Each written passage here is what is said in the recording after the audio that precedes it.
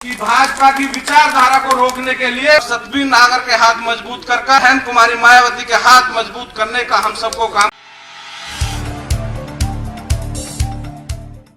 जहां आज हम देश के अंदर देख रहे हैं कि देश के अंदर वो पार्टी शासन में बैठी हुई है जिस पार्टी के शासनकाल का पहला घोषणा पत्र आज तक देश में लागू हुआ नहीं है और आप लोग पुनः उन पर विश्वास कैसे करोगे?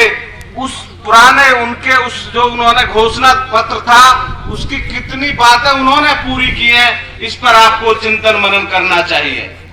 साथियों, देश के अंदर अगर आप देखते हो कि इस पार्टी के द्वारा जो घोषणा पत्र में कहा गया कि 15 लाख रुपए हर व्यक्ति के खाते में आएंगे, देश के अंदर 2 लाख युवाओं को हर साल रोजगार दिया जाएगा, देश के अंदर देश को अलग से किसानों को जमीन का अगर अधिग्रहण होगा उसका 4 गुना मुआवजा दिया जाएगा। इस तरह के सैकड़ों घोषणाओं में जो इन्होंने वादे किए वो आज तक पूरे नहीं हुए हैं।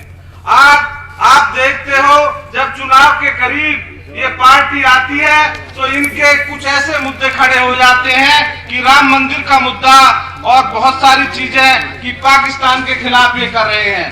मेरा ये मानना है कि अगर पाकिस्तान के खिलाफ काम करने का जिम्मेदारी सेना की है, पाकिस्तान गड़बड़ करेगा सेना उसका जवाब देगी। अब से पहले भी और पार्टियां रही तब भी सेना ने उनको जवाब दिया और उनको मुंह खानी पड़ी।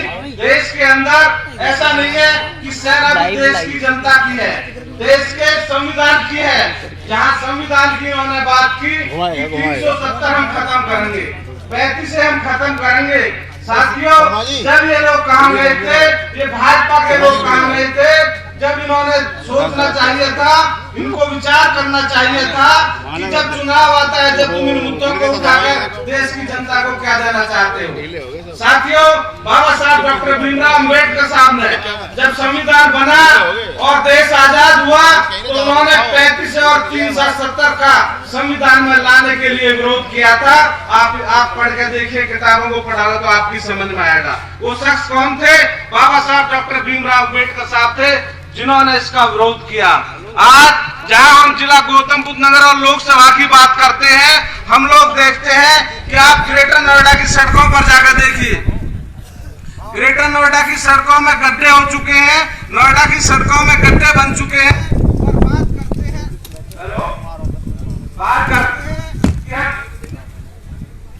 और बात करते हैं कि हम विकास कर रहे हैं, जितनी भी सड़कें बनी हुई है सब में गड्ढे हो चुके हैं। इन लोगों के जो वादे थे, जो चीजें थी, हम इतनी सड़कें रोज बना रहे हैं, जब हम जहां रह रहे हैं हम देख रहे हैं कि ग्रेटर नोएडा की सड़कों की क्या हालात है, गड्ढे बन चुके हैं।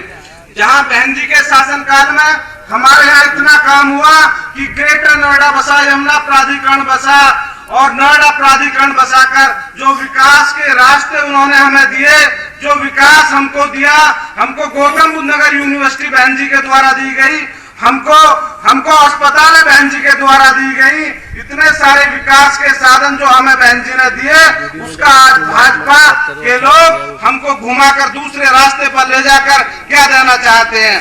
इन लोगों को, आप लोगों को भी समझना होगा कि भाजपा के लोगों की फितरत क्या है। अगर हम देश में हिंदू और मुस्लिम की हमारे बहुत सारे साथी बात कर रहे थे, आपको सोचना चाहिए कि जब देश के अंदर पाकिस्तान से युद्ध होता है तो अब्दुल हमीद ही थे जो जाकर उस तोप के अंदर घुस गए थे और देश को बचाया था। वो इस देश का मुसलमान था, वो इस देश का हिंदू था।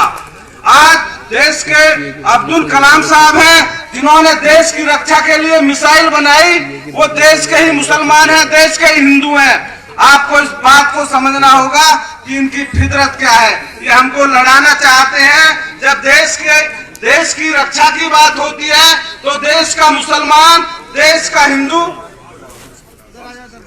सुरेश कश्यप जी हमारे बीच में आ रहे हैं, मैं चाहूंगा कि वो मंच पर आए।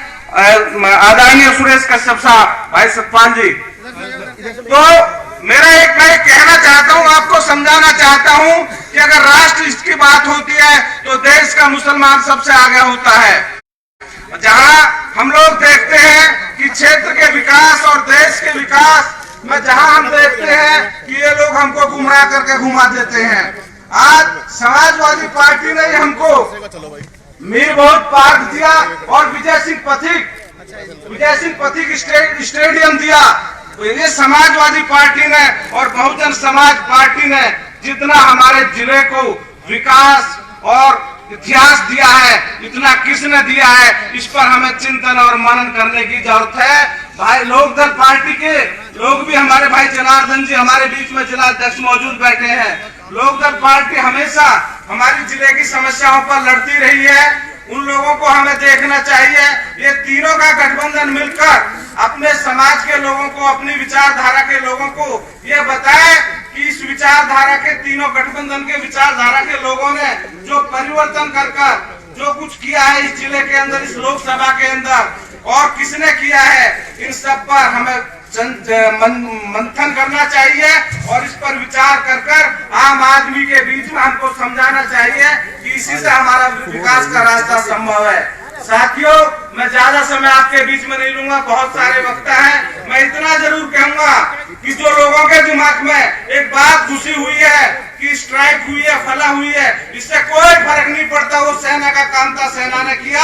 आज तुम्हारा काम है कि परिवर्तन करना और समझना इन लोगों को कि भाजपा का रूप कैसा है, रंग कैसा है, ये देश को किस रास्ते की तरफ लेकर जा रहे हैं। ये भाई से भाई को लड़ाने का काम कर रहे हैं। हर जगह इनका फॉर्मूला बदल जाता है। आप जाओगे तो तमिलनाडु में और बंगाल में और इनकी सोच दूसरी मानसिकता की सोच है। इसको रोकने के लिए मेरे साथी, मेरा छोटा भाई है सतबीर नागर, मेरा साथी रहा है और मैं दिल से कहता हूँ कि इनके चुनाव में पूरी ताकत से हमको मदद करनी चाहिए और पूरी ताकत से सतबीर नागर को जिताने का काम हम सब लोग दिल से करेंगे, ये मैं आपसे कहता हूँ। और दूसरा मेरा एक सुझाव है, मंच पर बैठे हुए हमारे सीरियस नेता भी और भाई सतबीर नागर भी बैठे हुए हैं। मैं चाहूंगा तीनों पार्टियों के लोगों का एक जो सीनियर लोग हैं, जिला अध्यक्ष लेवल के लोग हैं, जो लोग चुनाव लड़े हैं, उनका एक सम्मिलित मैनेजमेंट बनाया जाए और सम्मिलित मैनेजमेंट बनाकर पूरे जिले में विधानसभा के तहत ही कार्य किया जाए, क्योंकि सबका बने हुए हैं अपने बूथ पर अध्यक्ष। तीनों के मिलकर जो कमेटी बनेगी वो बूथ पर किसका कौन अध्यक्ष बना हुआ है, किसका कहां पर नहीं है, तीनों का कोऑर्डिनेट बैठा कर ही हम इस चुनाव को सफलता के साथ जीत सकते हैं।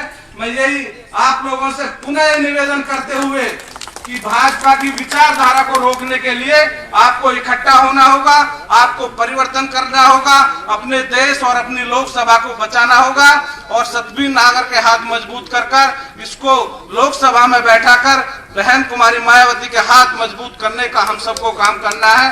जय भीम, जय भारत, जय समाजवाद, जय लोकतंत्र।